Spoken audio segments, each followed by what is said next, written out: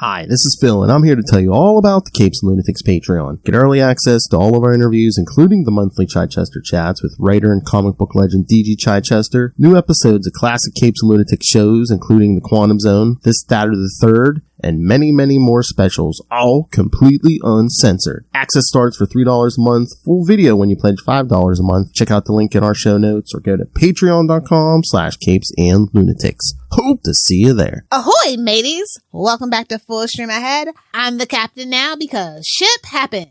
Full Stream Ahead has gone under a little bit of a revamp. This is a solo show for the time being. There may or may not be some guest co-hosts along the way, and you can expect this podcast to drop once a month unless y'all demand more, or well, Phil demands more. I won't be breaking down a singular show. Instead, I'll be telling you what I watched the past month on the various streaming services and point out the highlights of the month. If I'm feeling generous, I might also give you some shows to be on the lookout for the coming month. So without further ado, let's just get right into it. Okay, so January 2024 was a pretty dang good month for almost all the streaming services. I'm going to start with Netflix. I did a John Wick binge at the beginning of the year. So I watched 1 through 3 back to back to back over on Netflix on New Year's Day after the Rose Bowl, because what's better than watching Alabama get defeated by University of Michigan? Topping it off with 5 hours and 52 minutes of nonstop Keanu Reeves. That's what. I also almost reignited my elementary special interest by watching the Alexander the Great documentary on Netflix. They put that out toward the end of January. But it was so, I don't know, cursory and basic. I honestly barely mustered the energy to finish it. It was super dry and uninteresting. Super unfortunate. But if you are not a history buff, your mileage may vary and you might actually like it. You know, no shame in liking basic stuff. What else did I watch? I indulged my inner anime nerd and watched The 7 Deadly Sins, 4 Nights of the Apocalypse Part 1. And I just have to remind you guys, remember friends, subs, not dubs. Subs, not dubs. And I just found those action scenes to be superb. Like, just so crisp, so kinetic. I really enjoyed it. So, like, shout out to them. To know me is to know that I have a soft spot or wet spot. Let's not get pedantic, okay? For Sofia Vergara. So, you know, I had to watch Griselda. I am actually so super fascinated by the real life Griselda. And as wild as Netflix could have gotten, they didn't get anywhere close to as crazy as the real story is. So I found that like really super interesting what they chose to embellish and be over the top with and what they kind of left out. But like the costuming was top notch. The cinematography was amazing. Just absolutely mwah, chef's kiss. For reference, it's very much a show you probably can and should watch with the sound off and captions on. Wink, wink. I tortured myself a little bit because I am a certified anti-Swiftie. So I had to watch Cats from 2019 to revel in this one catastrophic mistake she made. Get it? Catastrophic? Cats. Yeah. Okay, moving on. If you have a chance, watch this after eating an edible. Thank me later. It's the only way to watch it, honestly. Honestly, it's the only way to watch the actual musical on Broadway, or so I've been told. Let's see. I also dove back into the waters of reality TV after probably a decade of not watching it.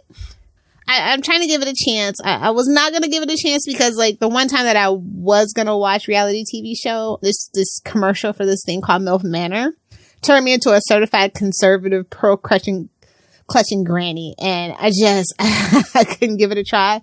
But Netflix has a reality TV show, game show kind of thing going on. It's kind of like reminiscent of Brother. It's called The Trust, a Game of Greed. I'm only like 3 episodes in. I'm going to wait for the rest of them to come out. But I love the conceit of it. It's like everybody can split the money and nobody has to be voted out. But there's like all these secrets that you can find out about people. And if one person votes a person out, that person has to go. So it's not even like a unanimous decision.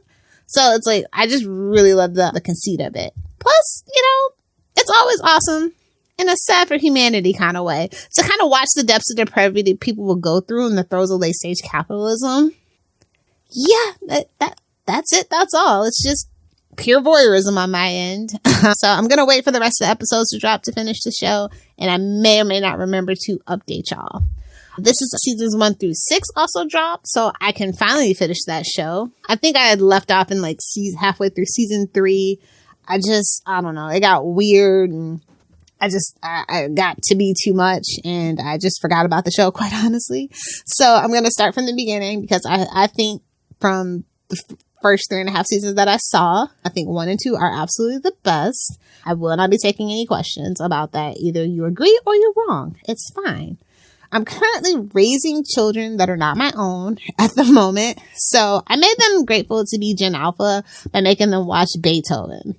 And it kind of sparked an interesting conversation. And they kind of rightly assumed this is why I have so many rescue dogs. The beginning scene where nobody wants him and he's getting bigger and bigger and unsellable. It gets to me, and it even got to me as a child. And I, even at a young age, I've always been wanting to abolish pet stores and puppy bills. But I also have an affinity for Lady and the Tramp, so that might also have something to do with it as well. But the kids found it pretty heartwarming because they cracked a smile and they went, aw. So, I mean, I guess it still holds up. Beethoven does what it needs to do. Truly a really good family movie. I'm not going to push the kids over the edge, though, and make them watch Air Bud because Air Bud is just truly corny and crazy. And the fact that Air Bud has so many spin-offs and sequels is wild. But also, I think they made 6 Beethovens. I only knew about 3.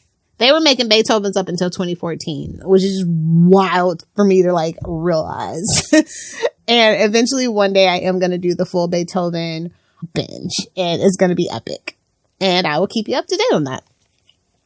Let's see. Let's move over to Hulu.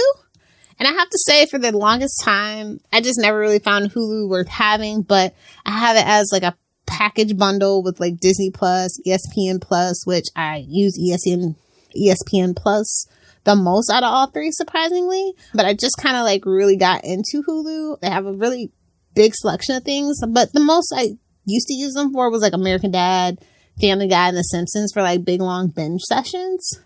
But the more that basic cable becomes annoying, the more that streaming is a necessity to kind of avoid the ads. So since I paid for it, I decided I was going to use it. And this month I found a ton of stuff. Most of it wasn't good. Just going to be real with you. But here's what I watched. I watched The Good Mother, Deliver Us, and The Imitation Game. The reason why I chose The Mother was I saw that Hilary Swank was in it. And it's kind of this weird, hilarious setup, right? And I just feel Hilary Swank as a mother, I guess they couldn't get Jennifer Garner or whatever. I just felt this movie was not written for Hilary Swank specifically. It definitely feels like one of those Jennifer Garner movies. And if it wasn't for the action in this movie, it would pretty much be a glorified Lifetime movie. And I actually didn't check, so it actually might be a Lifetime movie, to be honest. But it was something to pass the time while I ate dinner and prepared my taxes. The Good Mother is about the murder of Hilary Swank's character's estranged son. She then goes on to form an alliance with that estranged son's girlfriend. And they kind of go on this vendetta and track down everybody that's responsible for his death. Okay. A solid D as in dog minus. Do not recommend. You can skip it for sure. The next one, Deliver Us, is a horror movie. It probably is my favorite out of the 3 that I'm going to talk about right now. It's about a Russian nun who claims to have immaculately conceived twins. And that fits an ancient prophecy about somebody who will immaculately conceive twins. One will, of course, be the Messiah, and the other will be the Antichrist. Like all real twins. If you like the Pope's Exorcist, then you might actually like this one. It kind of turns into this weird conspiracy thing, and it's all downhill from there, but it's kind of a campy romp, unintentionally camp, so I don't know that, if it's unintentional, then I don't think it actually can be camp, but I don't know, it's solid. It's a solid C-, C for cat, C for conceive. Moving over to that other movie. Yeah, The Imitation Game. It would have been so amazing if it wasn't for Benjamin Coatpatch or whatever his name is being in it. It literally had the top tier British actors in it. It had Charles Dance, it had Mark Strong, it had Keira Knightley, and Matthew Good in it. Plus, it's about the beginning days of MI6 and how they recruited Alan Turing. Yeah, that Alan Turing. And I thought we all agreed that the only actor that can play a notable Cambridge mathematic alumnus was Eddie Redmayne. To be fair, I think he might have actually been busy making Fantastic Beasts and Where to Find Them at the time. I think the timing lines up on that, so I might just be right about that. But yeah, everything is good except for Benjamin Cumberbatch. Just top tier. Really good movie. I like it.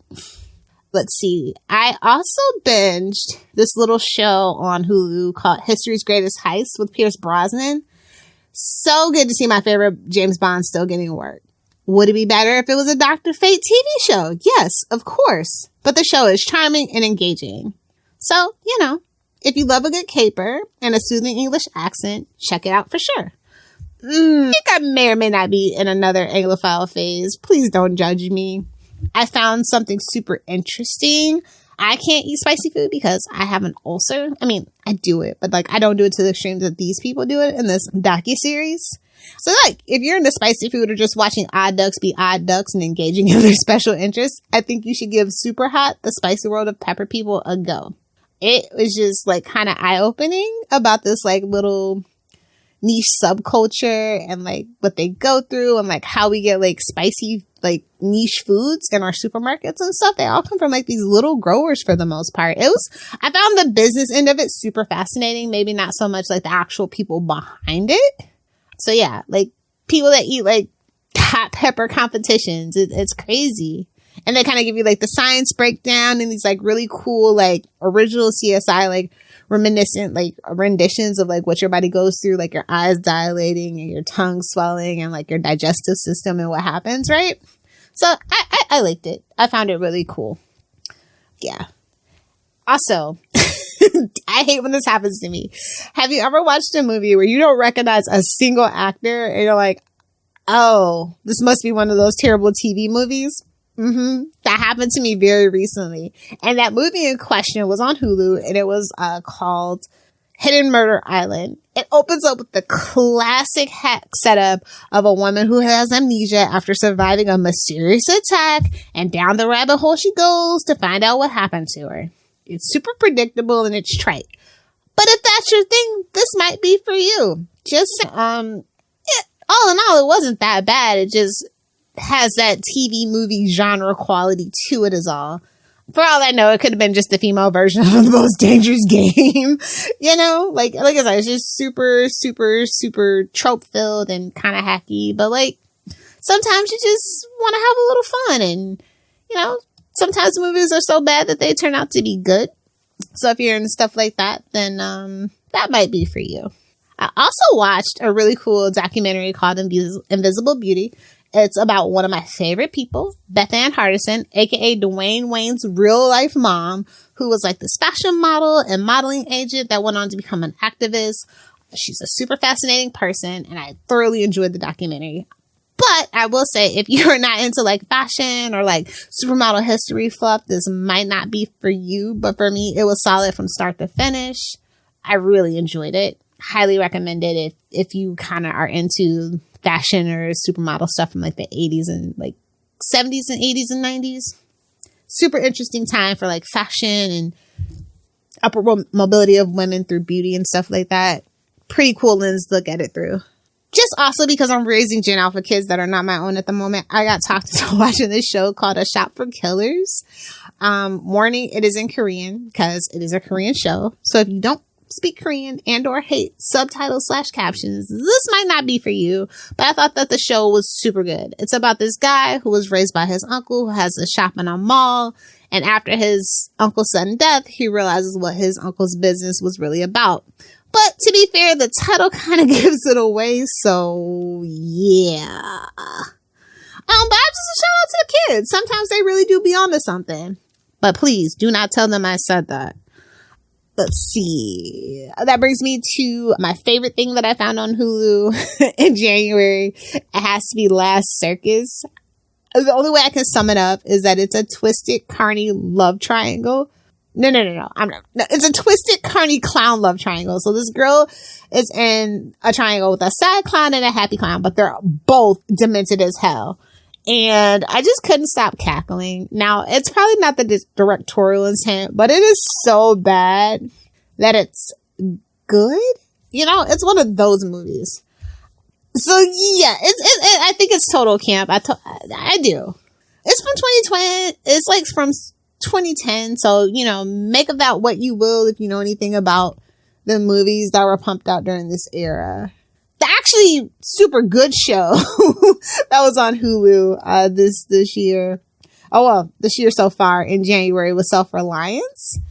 The trailer actually kind of makes the movie seem way different than what it is.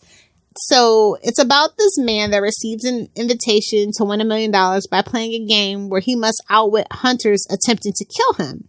Now the catch is he realizes that the hunters can only attack him when he's alone, but none of his friends and family believe that the game is real. And so you wouldn't think that this turns into like a real good pick-me-up rom-com, but it does. Why? Because it stars Jake Johnson from New Girl and Anna Kendrick from Pitch Perfect. Two total cuties and longtime friends having an absolute blast on screen. Highly, highly recommend. So like if you want like an actual good movie to watch, Reliance. If you want crap to watch, Last Circus. So yeah, let's get over to Prime Video. But Prime Video does require a prerequisite rant first. First of all, I can't believe they upped the price by $2.99 to create an ad-free tier. Honestly, the only reason why I even have Prime Video is because, well, Prime shipping. Like, I don't need anything else from Amazon. I don't care about the music app. I don't care about Twitch. I don't care about anything. I'd rather they just... Actually, I take that back. I'd actually rather they invest that money into Twitch. Or preferably a new Comixology solo app. And then also to note, why is there also an MGM Plus streaming service when Amazon bought the entire catalog? I was expecting those sweet classics to come to Prime Video to actually make the catalog more competitive. Because honestly, if The Boys Are Invincible isn't airing a new season, I literally forget this streaming service exists. Like, please, just reboot the James Bond and Stargate franchise already. Hell, combine them like they wanted to do Fast and the Furious and freaking Jurassic Park. I don't care. Do something with those damn properties. For Pete's sake and my own. Just sitting on gold mines for no good reason. Honestly, Jeff Bezos, you really should return my emails. I have a plan. I have a vision. Okay? End of rant. So let's talk about what I found on Amazon Prime this month.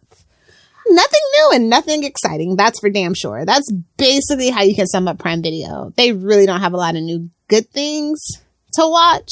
And the stuff that they do, it's like overly produced, celebrity, executive produced drivel. Honestly, shout out to expats. No tea, no shade to Kaylee Coco. I actually probably will get around to watching that because I like almost anything that she's in. So I will give you an update. So I basically relived my elementary and middle school nights and watched all the hits that I used to watch back then. This is going to be like, age me so bad. Along Came a Spider, Bad Boys, Cruel Intentions, Forrest Gump, Finding Forrester, Good Will Hunting, Conan the Barbarian, Major Payne, Money Train, Pulp Fiction, The Cable Guy, and Saving Ryan. Like, I know that is a super crazy dichotomous mix of movies, but that is just a glimpse into my beautiful scrambled brain. These are the movies that made me. I will also tell you, I did a full Superman binge, including Superman Returns. And yes, in case you don't know, Superman 4 is my favorite Superman movie. What about it? Also, Snyder Bros. Don't at me. Henry Cavill is not my Superman.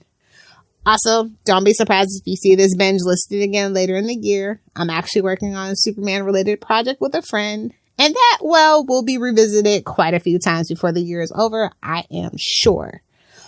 So, it is my goal now that I'm paying an additional fee for Prime Video to keep it as an ad-free tier.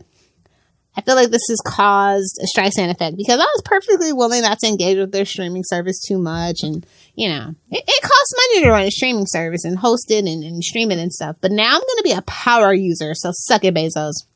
I'm about to be a problem for you. Even if I'm not watching, I'm just going to have it on in the background. Like, I'm about to be petty and salty as hell. Okay, let's talk about Peacock. And honestly, if Universal Comcast doesn't sponsor this podcast after the glazing I'm about to give Peacock, I'm going to be so freaking mad. Get ready for this plot twist. Peacock is actually currently my most used streaming service. Totally shocked me when I realized that. I used to only really use it. Okay, so I use it to watch my favorite 2 shows that premiered in 2023. The Irrational, starring Jesse Martin of The Flash and Law and Order fame, as well as Found, starring Shanola Hampton from Shameless, and MPG, aka Mark Paul Gosselaar from Saved by the Bell fame.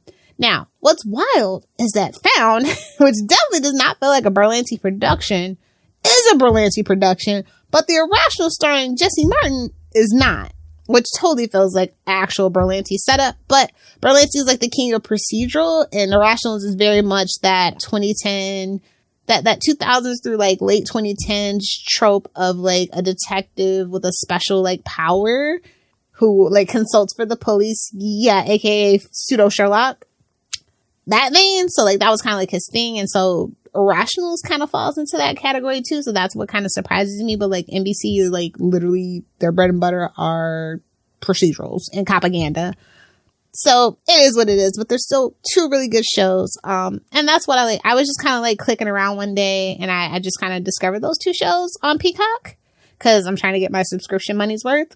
And I actually ended up falling in love with it. And it's actually on my DVR now. I try to watch them live, but in case I forget, I do have it set on my DVR. So kind of don't need it for that anymore.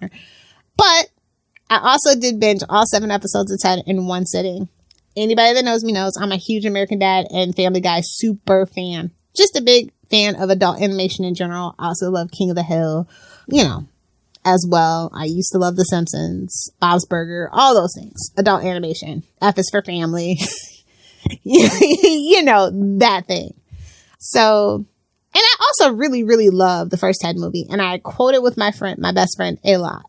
The second movie can kiss my whole ass though. It was awful. But the TV show, even my friends who hate Family Guy actually really like the Ted TV show. And it's got all this critics shook. They are shocked by how good it is. And I feel like you will like it yourself as well. So I'm going to definitely highly recommend this show.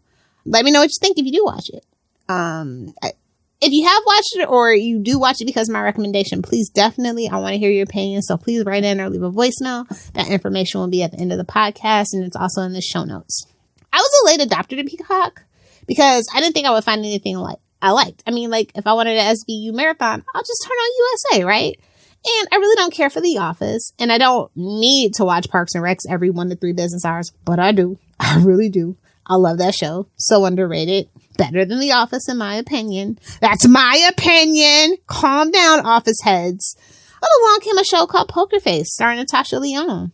That was foregoing the binge format, and it decided to drop an episode once a week. So I was just kind of stuck with the subscription. So I decided to look around, and I found a plethora of shows and movies. Mostly the Fast and Furious movies. Most of them, like, I still can't figure out why the hell you can't stream Fast 5 or Fast 6 on any streaming service. Wild to me. It's not like I don't have all the DVDs, but sometimes you're too lazy to break out the physical Blu-rays. So yeah, I want to head over to old Peacock for my dose of Chronos and Cars and Broads. I also use Peacock to catch up on the Night Court reboot when I remember that show exists. Some good, interesting movies that I watched on Peacock this month, in the month of January of 2024, I watched Silent Twins, which was based on a true story about twins who like isolated themselves and retreated into their own world and kind of created their own language. And they kind of started getting rambunctious and got into some trouble that landed them in this like psychiatric hospital that was determined to like separate them. Super interesting, super fascinating, based on a true story. It is British because the 2 twins that they were based on were like from Wales. So I also watched another movie that was based on true events. It's called 13 Assassins. I watched the pilot of La Brea, but somebody told me it was in its last season this season. So I'm going to binge it all together once the series finale airs. They also dropped the entire series of Adventures of Puss in Boots. Listen, I'm a 90s kid. Shrek was life and low-key still kind of is. So yeah, I think it was like seasons 1 through 3. So that's the entire series. Puss in Boots like kind of grew on me, but like Puss in Boots Last Wish was like the best movie the year that came out. So like if you don't know, you need to get to know. That's all I'm saying. Also, if you have kids, they probably will like it. I gave this show called Mismatch a chance, but to quote Ariana Grande, it wasn't a match. So thank you next. Toward the end of the month, Train to Busan arrived. I think it was also on Netflix a month before, or it went to Netflix for February or something like that. But I'm always going to recommend Train to Busan. It is one of my favorite zombie movies, and I just kind of love watching genre movies from a different cultural perspective. Like, don't get me wrong, J-horror reigns supreme, with K-horror being more akin to that elevated horror of like A24 style of storytelling, if you get what I'm saying. Speaking of quote-unquote elevated horror, I finally watched Nope, and it was a nope for me. I'm just going to be real with you. I think that Jordan Peele is overrated and a tryhard. He is essentially the Tyler Perry of horror. There, I said it because it needed to be said. It is what it is. It's a shame, because I love Keke Palmer, but sometimes even she can't save something for me. I was going to watch the movie Syrup, but then I remembered it had Amber Heard, and I refrained. I watched Europa Report, and like I've always been meaning to watch this movie, and then like I always start the movie and I'm just like, oh, it's this movie. And so it's like I instantly remember the travesty. like no. That was like, okay, so like honestly this movie kind of came out in a time frame which was like 2012 to 2014 movie selection. It was woof. It was so bad. But honestly, it wasn't as bad as I remember. But I really feel like it's not as bad as I remember because I had real bad insomnia for most of the 2010s, which means it's all pretty much pretty blurry for the most part, the fine details. So at least there's that. I watched Arranged Love because why the heck not? It's about this woman who leaves India to avoid an arranged marriage, moves to America to become a tech guru. But because most tech startups are grifts and need heavy capital, she decides to pretend to be married to a guy she just met to secure her inheritance from her family in India. Honestly, classic Harlequin romance novel setup. It was cute and it was fun, but it was definitely a chick flick. Also, I'm not Indian, so I don't know how grossly offensive it is, but I do believe that an Indian person wrote it and directed it, so I'm not going to question it too much. I liked it. I thought it was cute. If I'm wrong, I'm wrong. Let me know. What else? I also found out that like Donald Faison of all people has a new show called Extended Family. And I'm going to be real with you. I'm honestly just watching it to see if Zach Braff shows up for a Scrubs bromance reunion. It's a sitcom made in the 2020s, so it's not going to be anything groundbreaking, but it gives the New Adventures of Old Christine vibes, and that is literally one of my favorite sitcoms of all time ever. But I'm going to tell you something. Extended Family, that opening theme song, pretty catchy. Another plot twist for people who don't know me. Turns out that Paramount Plus was my second most used streaming service in January of 2024. Now, this is namely because I am a certified Star Trek nerd. I decided that I have to force myself to finally finish a full, no episode skipped binge of Enterprise. I'll be real with you, I can only muster 2 episodes every other day, so I'm going to be at it for quite a while. I am not even all the way through season 1 at this point, and I'm regretting my decision, but I'm going to do it. This is the year that it just needs to happen. I also decided to give Discovery another chance and do the full binge, so pray for my sanity, y'all. Please. Also, the kids that aren't mine wanted to watch Lower Decks, so I'm like, cool, whatever. Anything to get the kids into Trek, am I right? And then that led to like a full Prodigy binge as well. They agreed to start Star Trek the Animated Series in February, and I already know their commentary on that show is going to be absolutely unhinged because even when I was watching it, yeah, questionable content. Also, I remember that Star Trek short treks are a thing that are pretty cool and exist, and I think are worth checking out if you haven't seen them. They're basically like these standalone stories exploring key characters and themes that fit into Star Trek. Like, I think they started off for Discovery, but then it really just became about expanding the Star Trek universe. So if you haven't seen the Star Trek short treks, there's like 5 or 6 of them and they're not very long. I say kind of just check them out. I thought that they were very cool. The CGI animated, like, animation is a little uncanny valley, but after a couple minutes, you just kind of get used to it. So, yeah. So, non-Star Trek related things, I gave that Halo show another chance, and it disappointed me again. So, it is considered written off forever until I forget how terrible it is and click on it again. It's bound to happen because Paramount actually really ain't got that much new stuff, quiet as it's kept. But they got a deep back catalog that makes it totally worth it, to be perfectly honest.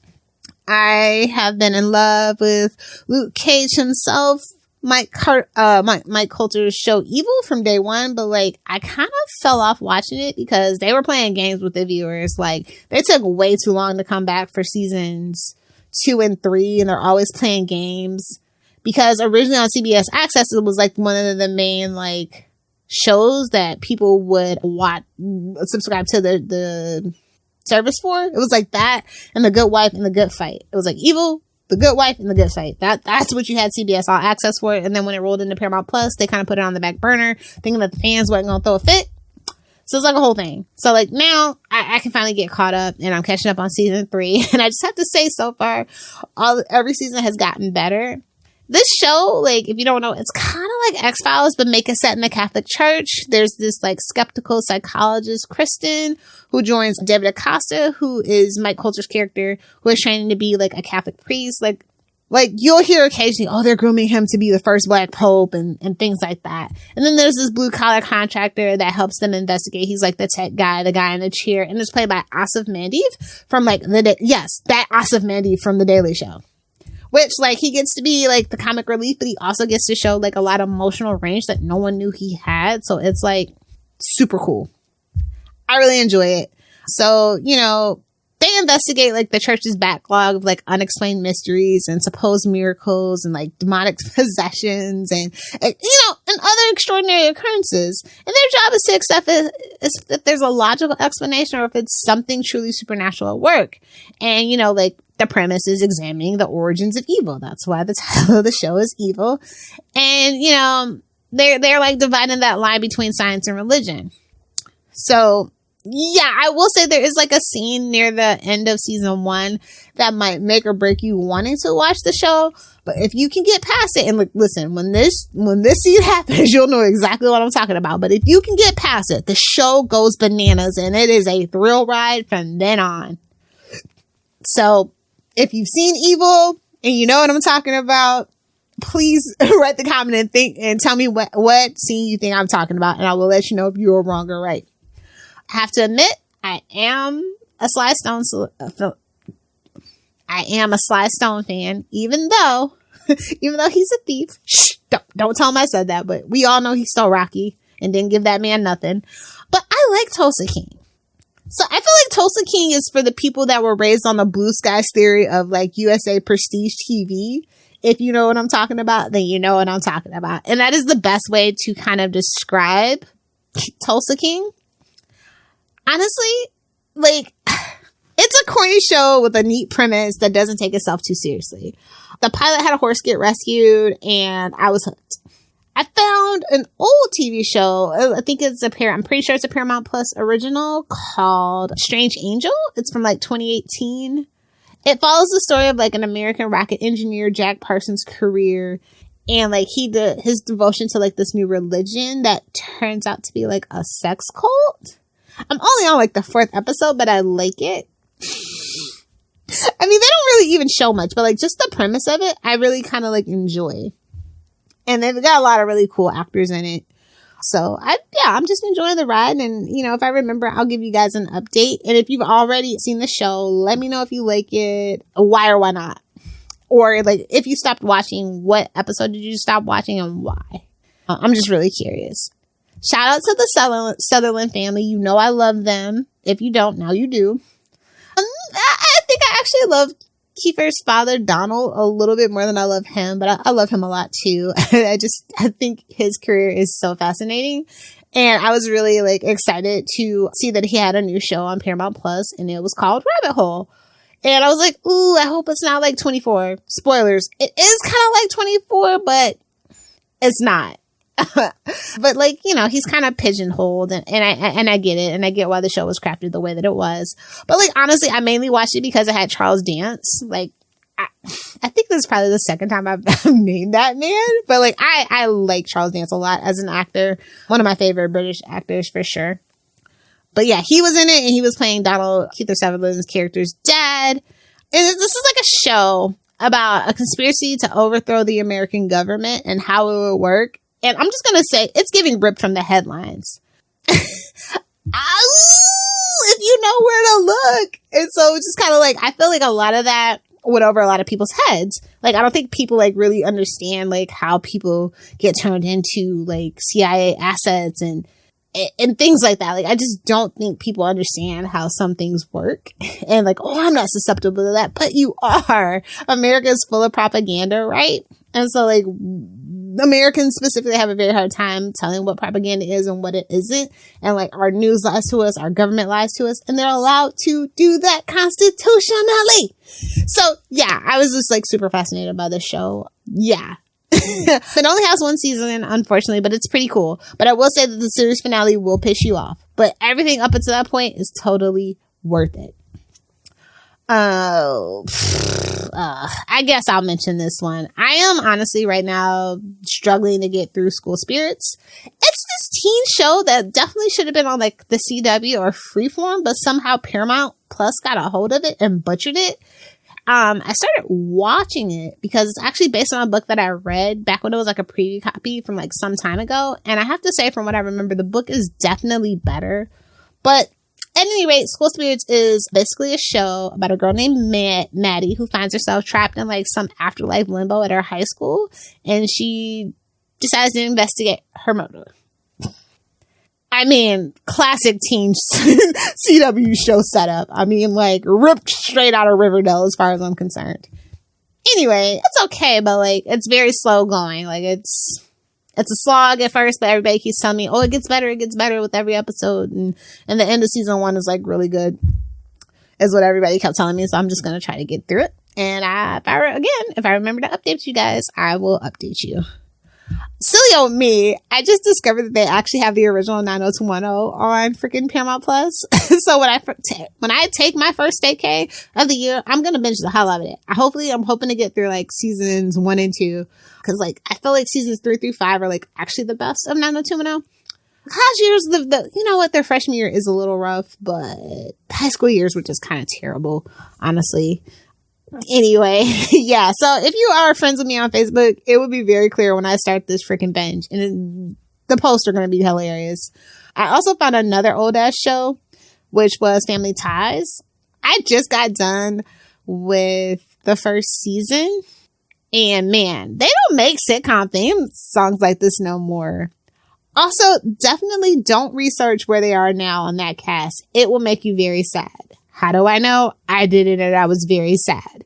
Apparently, they put like quote unquote season 3 of like 1987's TMNT animated show on there. I would recommend watching that on streaming. I would actually recommend you get the complete DVD or Blu-ray set and call it a day. I just feel like the actual quality of the video will be better for you. And bringing up the rear, of course, Max. Blech. There is nothing on Max, unfortunately. It is such a shame. I did manage to do a Robocop binge, 1 through 3, and then I did the reboot from 2014.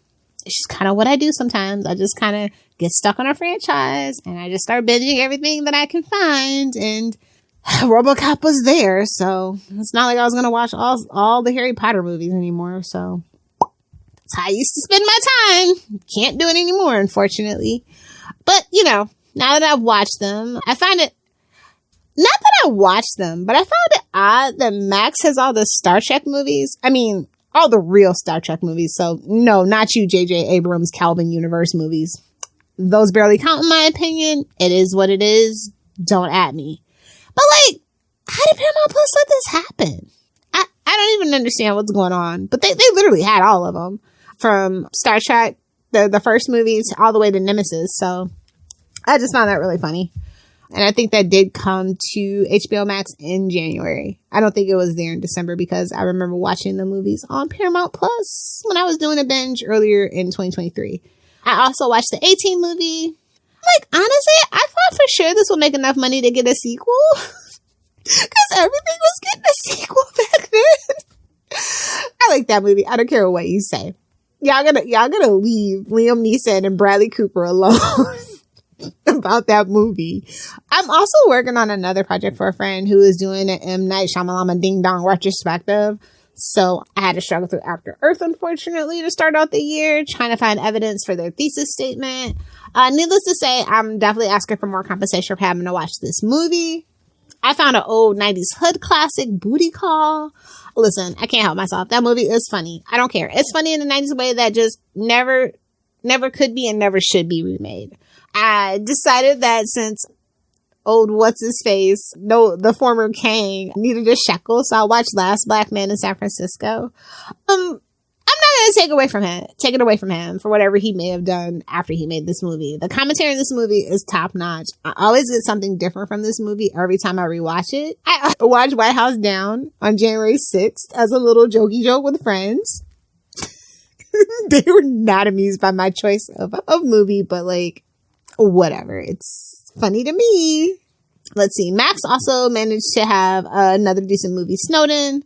I just feel like ever since their official merger with Discovery, it's just doco series trash that I don't want. And honestly, if they didn't have South Park or Rick and Morty, I would cancel so quick. I did start my Sopranos binge. I am dreading the middle seasons where it got weird. But I am in season 2 right now, and I'm reveling in it. Like, I'm just enjoying the ride.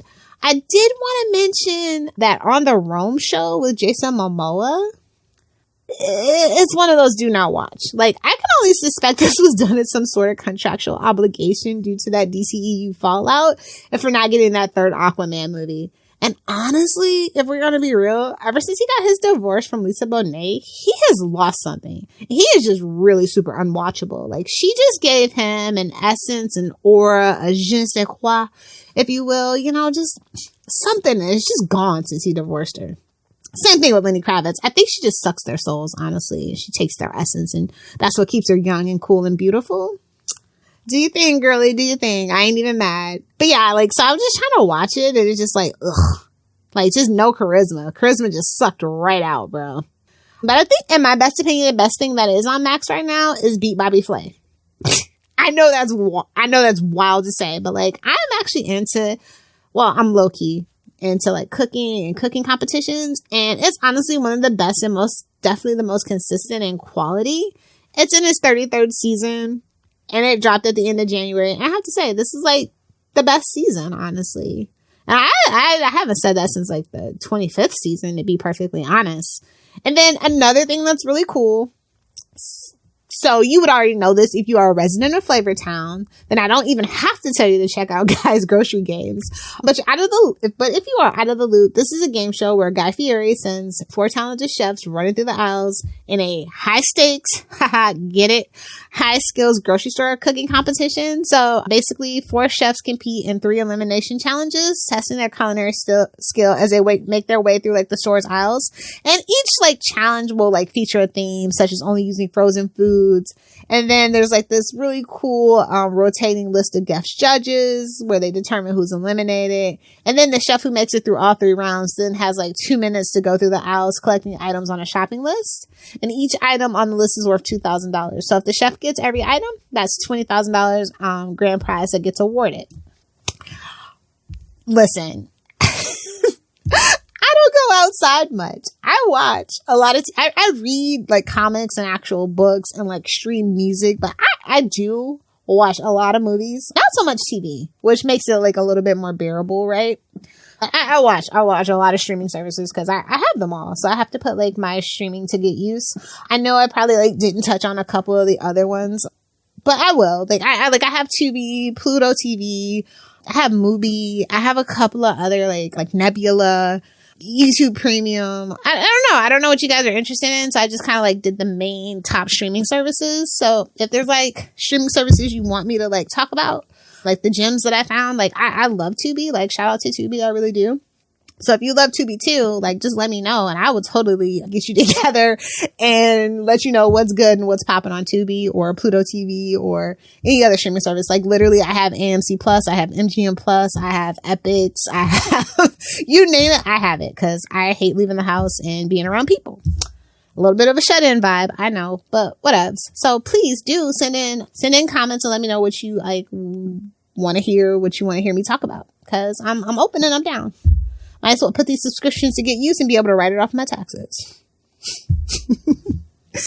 So yeah, that's it. That's all for me for the month of January. Please send in your recommendations of shows and movies that I should be watching. It doesn't even have to be something you love. It can totally be something you hate. For those of you that don't know, I spent a year of my life watching bad superhero movies for content. So basically at this point, I can watch pretty much anything without flinching and actually probably find something to like about it. Let me drop these plugs and we can all make like Anya and sail away, sail away. You can follow the show on Twitter or, X, if that's what you're into calling it, at FSA. Feel free to shoot me an email at capesandlunatics@gmail.com. Don't hesitate to leave a voicemail at 614-382-2727. That's 614-38-CAPES. And be sure to check out our website, twospace.io, /Capes and Lunatics Podcast Network. Also, check the show notes in the link for our Patreon. And if you're feeling frisky, you can make it rain over on Cash App or buy our merch. Links are in the show notes and also on our website for those options. So until next time, I wish you fair winds and following seas. And if you know what that means, you're the bee's knees. Lilith Hellfire out.